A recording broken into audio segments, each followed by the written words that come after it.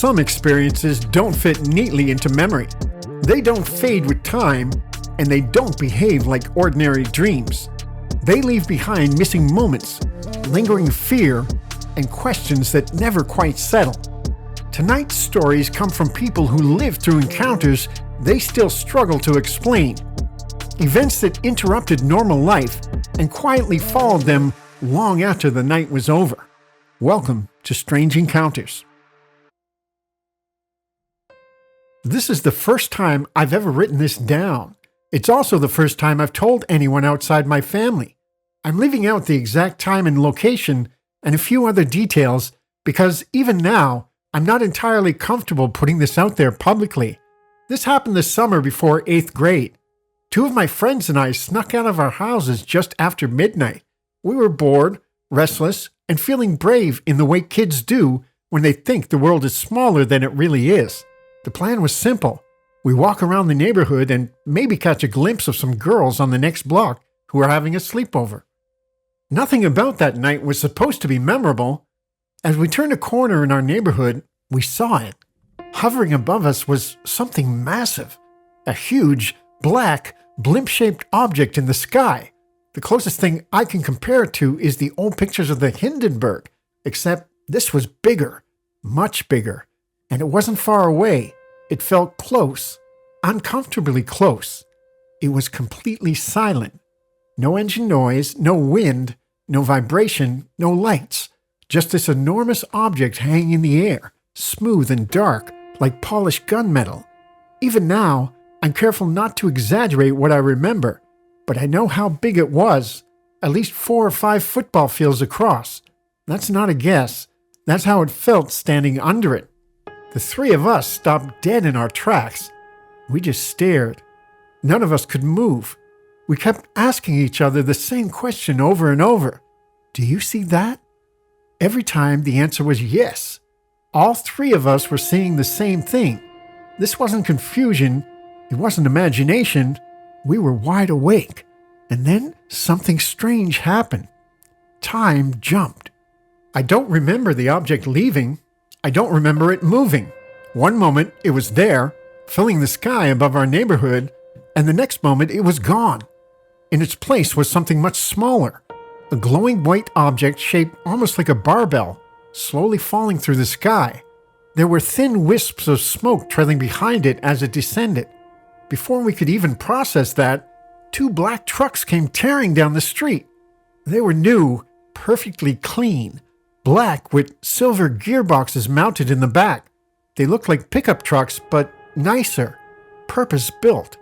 They were flying through the neighborhood, easily 70 miles an hour on a street where the speed limit was 25. And then, once again, my memory skips. The next thing I clearly remember is walking back to one of my friends' houses. The night felt over, like whatever had happened was already done. When we went to bed, the sun was starting to come up. It had to be 5 or 6 in the morning. Hours were missing.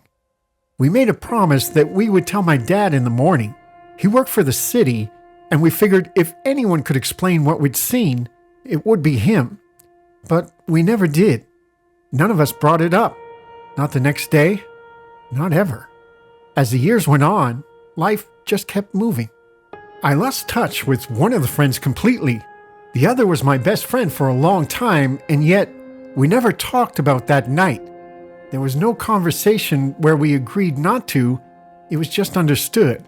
Even years later, when we reconnected on Facebook, there was always something between us that neither of us wanted to touch.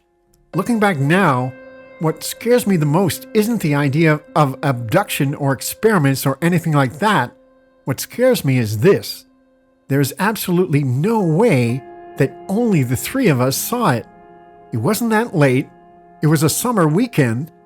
That thing was hovering over hundreds of houses in a densely populated suburb near a major city, and yet there was nothing. No news reports, no stories, nothing on TV, nothing in the paper. No one ever talked about it again. That idea bothers me more than anything else.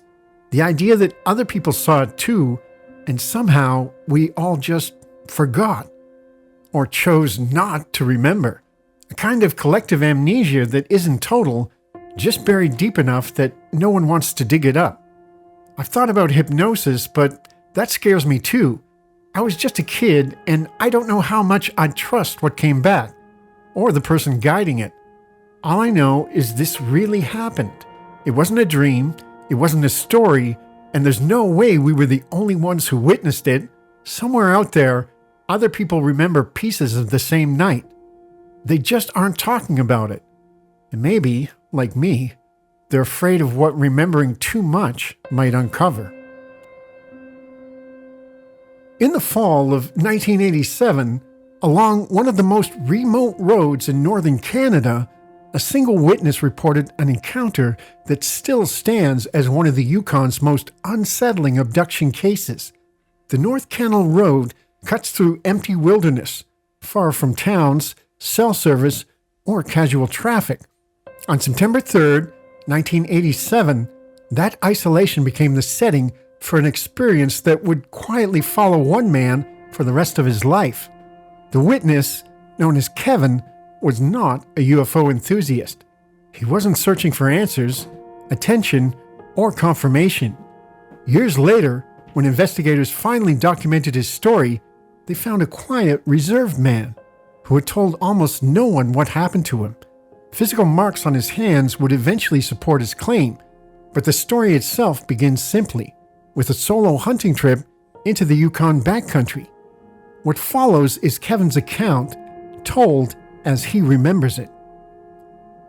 I left Ross River early, riding my motorcycle north on the Canol Road, heading toward McPass. I planned to hunt moose and meet 2 coworkers the next day.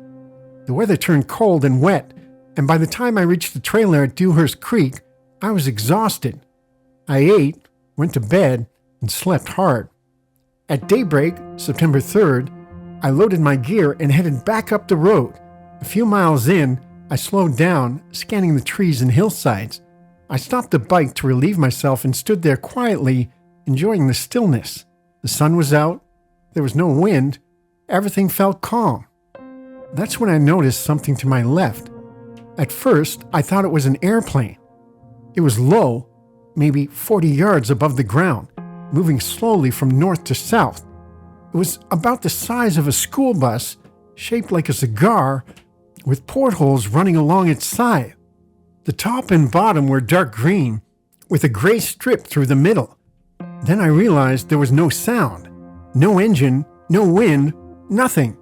As I watched, the object seemed to fade in and out, as if it was partially disappearing and returning to solid form. That's when it hit me. I wasn't supposed to be seeing this. I dropped down behind the roadside grass and watched it slip behind a cone-shaped hill and vanish. I stood up, excited, thinking they never knew I was there. Then I heard a loud metallic clunk behind me, like a car trunk slamming shut. I walked toward the corner of the road, and that's when I saw them. 2 beings stood about 20 yards away. They were gray, about 5 feet tall, wearing blue jumpsuits. Their heads were large and insect-like, with pointed faces and big, dark eyes, thin arms, thin legs. The thought flashed through my mind that they looked like grasshopper people. The one on the left raised a device at his waist. There was a bright flash. Everything stopped. There was no sound, no movement, just blackness.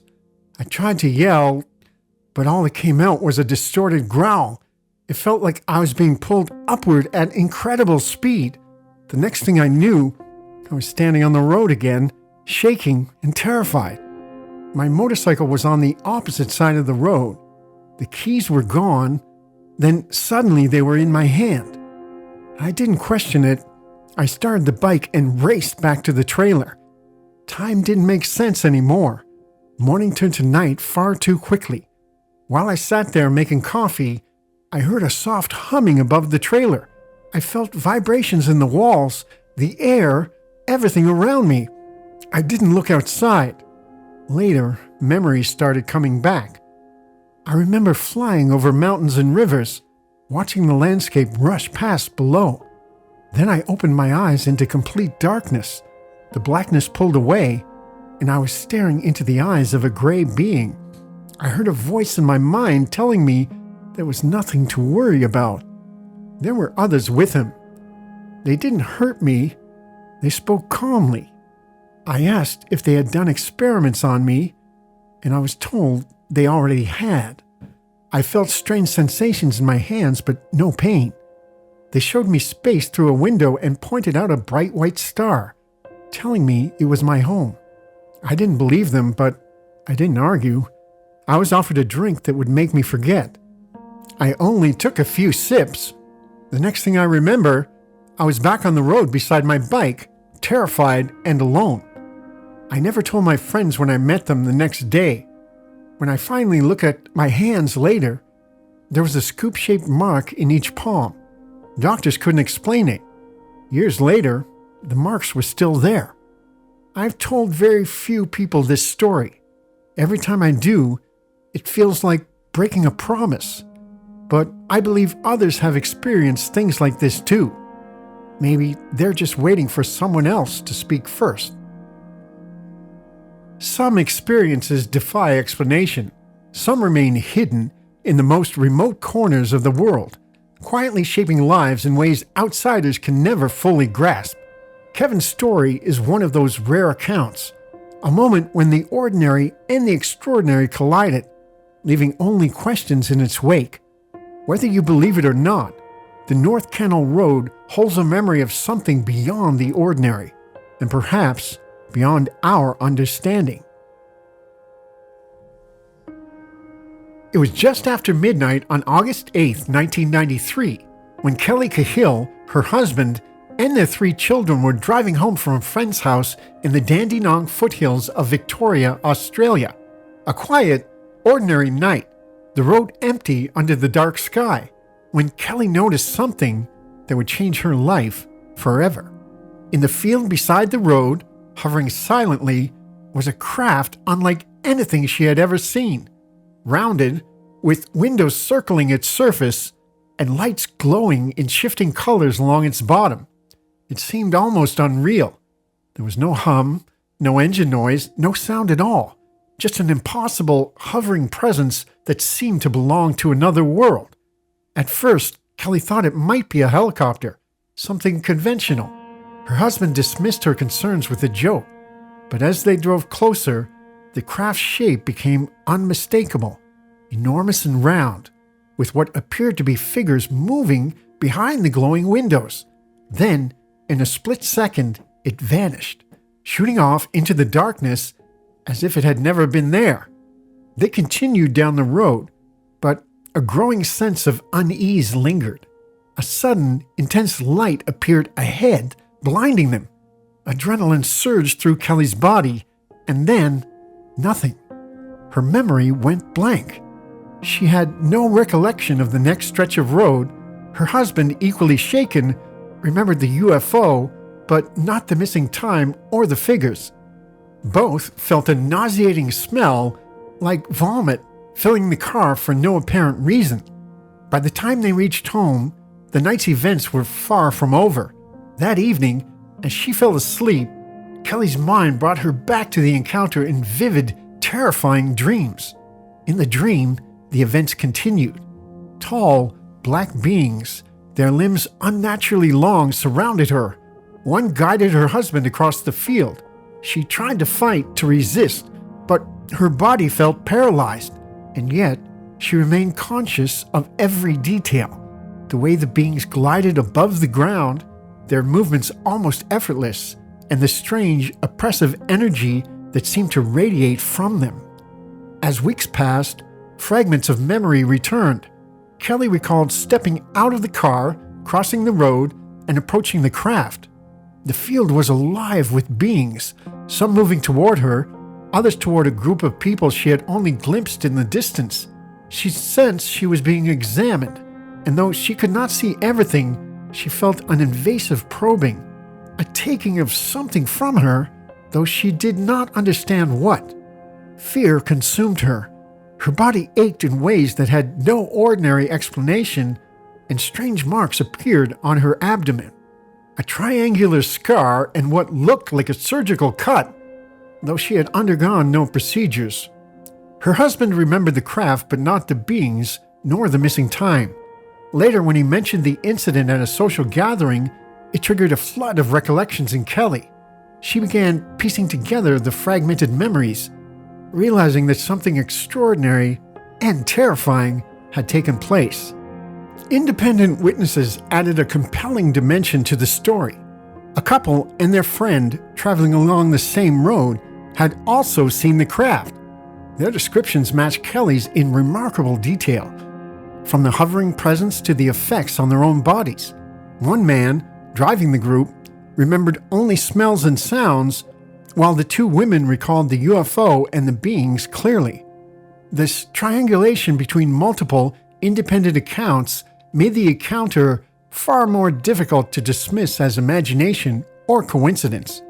In the weeks following the encounter, Kelly experienced a series of dreamings, vivid visions that were as real and physical as waking life. In one, a towering figure in a hooded cloak, 7 feet tall, with glowing red eyes, appeared at her bedside. In another, she felt as if her legs were being lifted from her bed, paralyzed from the waist down, struggling to resist. Each experience was terrifying, yet she retained consciousness, aware of the incomprehensible presence around her. One particularly disturbing vision occurred months later. She awoke to find a creature leaning over her, naked, with a head disproportionately large, arms long and thin, skin gray-black and almost like clay. It seemed about to touch her, and Kelly's screams filled the night. In the morning, her husband was instructed, in a voice only Kelly could hear, to check under the car. Though he initially ignored the request, mechanical issues soon confirmed something unusual had occurred. Kelly's physical symptoms were equally troubling. She experienced abdominal pain radiating from her lower abdomen to her shoulders, nausea, and an unexpected onset of bleeding. Medical examinations revealed no conventional explanation. Strange marks, including a triangular scar, remained, with doctors providing no clear answer. Over time, these symptoms would intersect with her dreams and recollections, reinforcing the reality of what she had experienced. Meanwhile, the Cahill home seemed to attract unexplained phenomena. Small orange fireballs repeatedly struck the windows. Shadows moved mysteriously through the house. Electrical disturbances occurred in their car, which seemed to start and stop on its own, sometimes when no one was present. Kelly believed she had developed heightened psychic sensitivity. Many of these incidents ended around January 1994, but the memories of that night in August remained vivid. The independent witnesses' accounts also revealed curious details. The two women who saw the craft recalled the UFO clearly, while their male companion experienced only partial perceptions, smells, sounds, and feelings of nausea. This division suggested the encounter may have affected individuals differently, although all were present at the same moment and location. The women's descriptions of the craft and beings aligned closely with Kelly's, supporting the idea that something real and extraordinary had occurred. Kelly's recollections never came through hypnosis. They emerged naturally over time, triggered by events, conversations, and revisiting the location. She remembered walking toward the craft, seeing beings in the field, and experiencing a mix of fear and confusion. She tried to understand their intentions, whether they were malevolent or benign, but the answers remained elusive. At times, she felt a spiritual dimension to the encounter, recalling a moment of prayer and an inner sense of guidance. Physically, the encounter left traces. Investigators reported possible ground impressions and low-level magnetic anomalies at the site, evidence that something had indeed been present. Coupled with witness testimony, these findings lent weight to an event that, by its very nature, defied explanation. Kelly Cahill's abduction is not simply a story of UFO sightings or missing time. It's a chronicle of terror, confusion, and profound mystery. Her experiences, corroborated by independent witnesses and accompanied by physical traces, suggest an encounter that challenges our understanding of reality. From the initial sighting on that dark road to the haunting visions, the strange marks, and the psychic phenomena, Kelly's story is a testament to the unexplained and the extraordinary. Even decades later, questions remain. Were the beings she saw extraterrestrial or something beyond our comprehension? What was their purpose? Why was Kelly, in particular, the focus of such intense experiences? And what, if anything, did the independent witnesses encounter beyond what they recalled?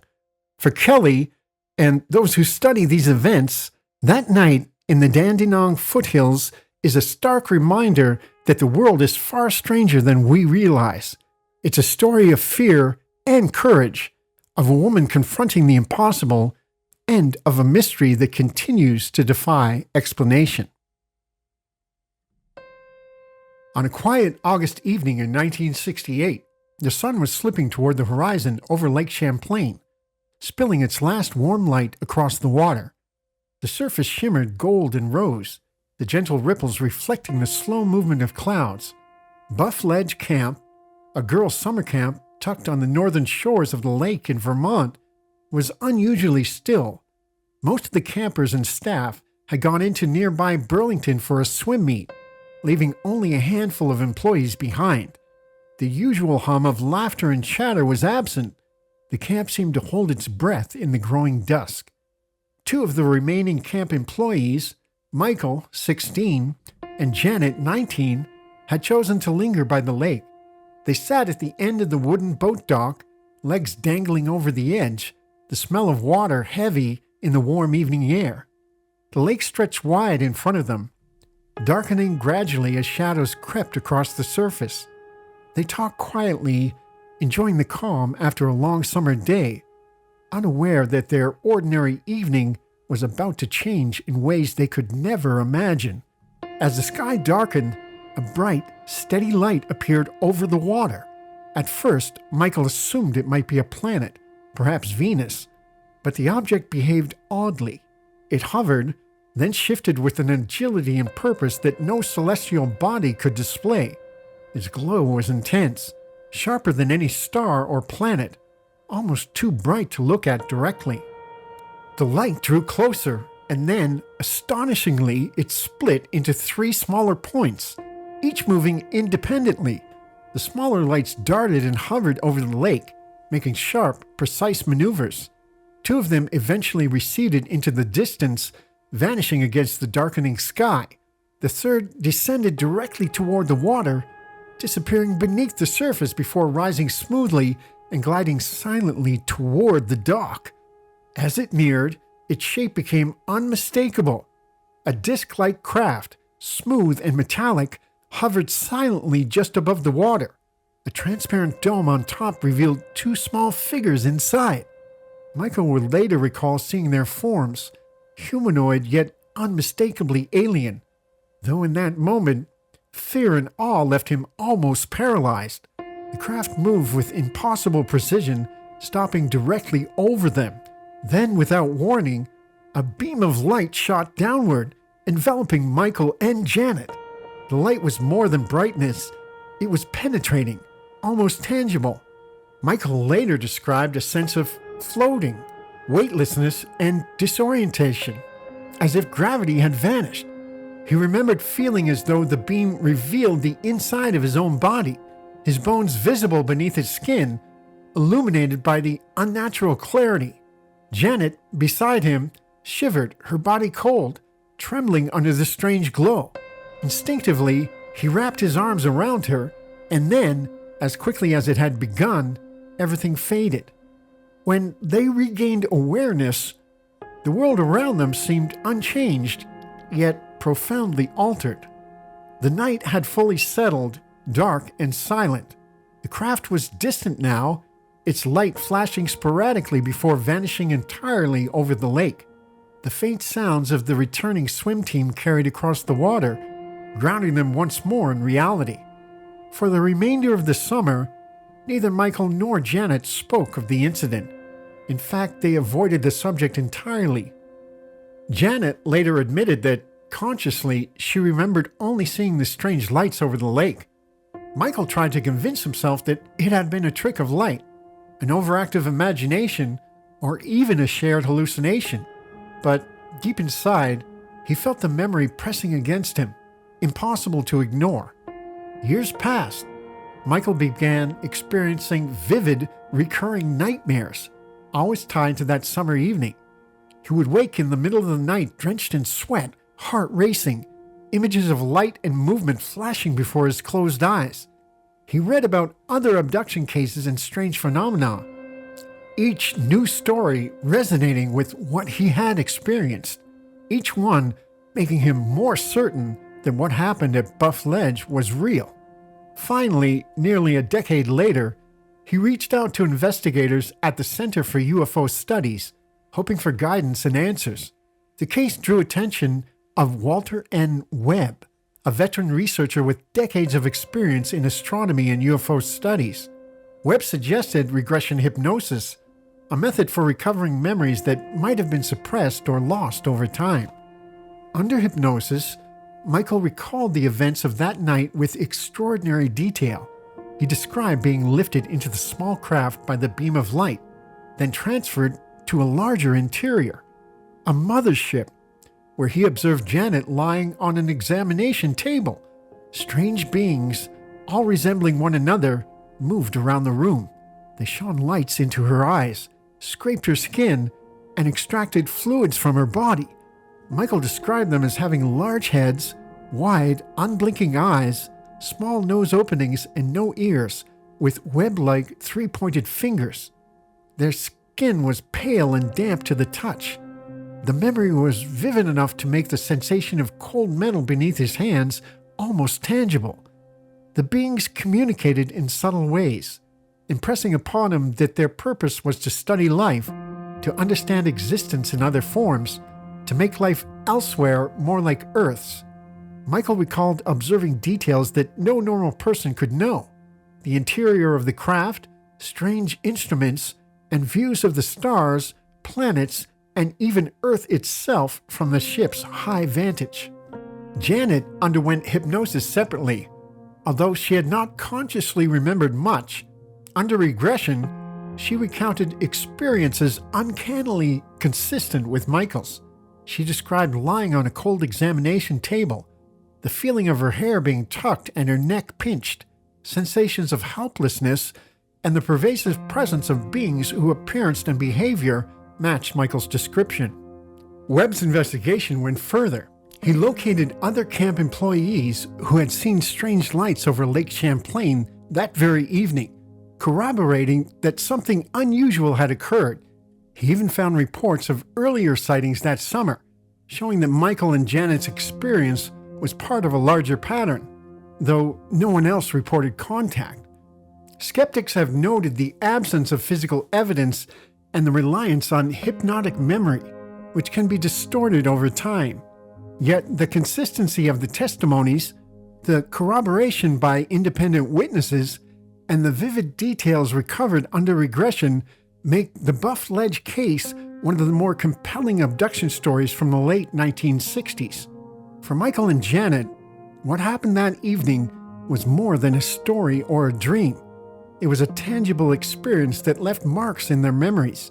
The cold metal, the unnatural light, the weightlessness, and the eerie presence of beings unlike anything human. Even decades later, the quiet lake, the dock, and the surrounding woods carry the echo of that summer night, when two ordinary teenagers found themselves at the edge of an extraordinary encounter, suspended between the known world and something beyond comprehension. Stories like these are easy to dismiss from the outside, but for the people who live them, they never truly end. The questions remain, the memories linger, and whatever happened, it changed the way they look at the world. If you enjoyed this episode, please consider liking the video, sharing it with someone who enjoys True Encounter stories, and leaving a comment below. I read every one. And if you'd like to support the channel and help keep future episodes coming, Subscribing makes a huge difference. Thank you for listening, and I'll see you in the next encounter.